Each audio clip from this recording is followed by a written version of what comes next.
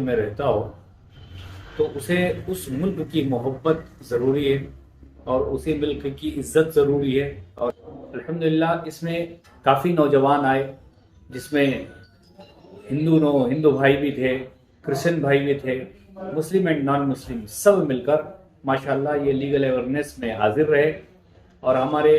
High court کے advocate صاحب نے بڑے ہی اچھے انداز سے لیگل اویئرنیس کو بتایا اور انہوں نے یہ بتایا کہ کس طریقے سے قانون کو قدر کریں، قانون کی قدر کریں، کس طریقے سے قانون پہ ہم لوگ چلیں. لہٰذا اسے جو ہے فیڈ بیک بہت اچھا ملا، جس کی وجہ سے نوجوانوں نے کہا کہ اس سیکشن کو اور بڑھائیں، ہم لوگ اپنے کاموں کو چھوڑ کر آئیں گے. ماشاءاللہ ایک بہت اچھی بات یہ رہی کہ جو ہے سلم علاقے سے بھی کئی لڑکے آ کر قانون کو سیکھنے کے لیے،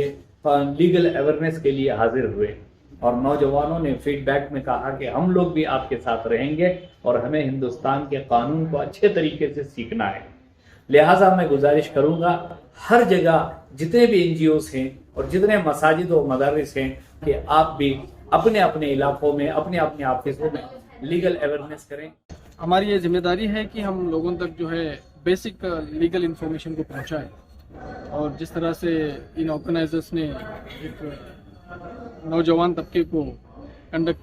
گیدر کر کے ان کو لیگل انفارمیشن دینے کی جو پہل کی ہے، یہ ہر جگہ ہونی چاہیے. اور ایز اے ایڈوکیٹ یہ میری بھی ڈیوٹی بنتی ہے کہ ہم لوگوں کو زیادہ سے زیادہ انفارمیٹیو بنائیں، لیگلی ان کے رائٹس کیا ہے، ان کی ڈیوٹیز کیا ہے، ان کو سمجھانے کی کوشش کریں. تو ہم اس طور پہ کانسٹیٹیوشنل کیا کیا رائٹس، کانسٹیٹیوشنل فنڈامنٹل ڈیوٹیز کیا کیا ہے، کانسٹیٹیوشنل ریمیڈیز کیا کیا اویلیبل ہے، اس کو فنڈامنٹل رائٹ بولا جاتا ہے، اس کو ڈیوٹیز بولا جاتا ہے، directive principles of state policies کیا ہوتی ہیں،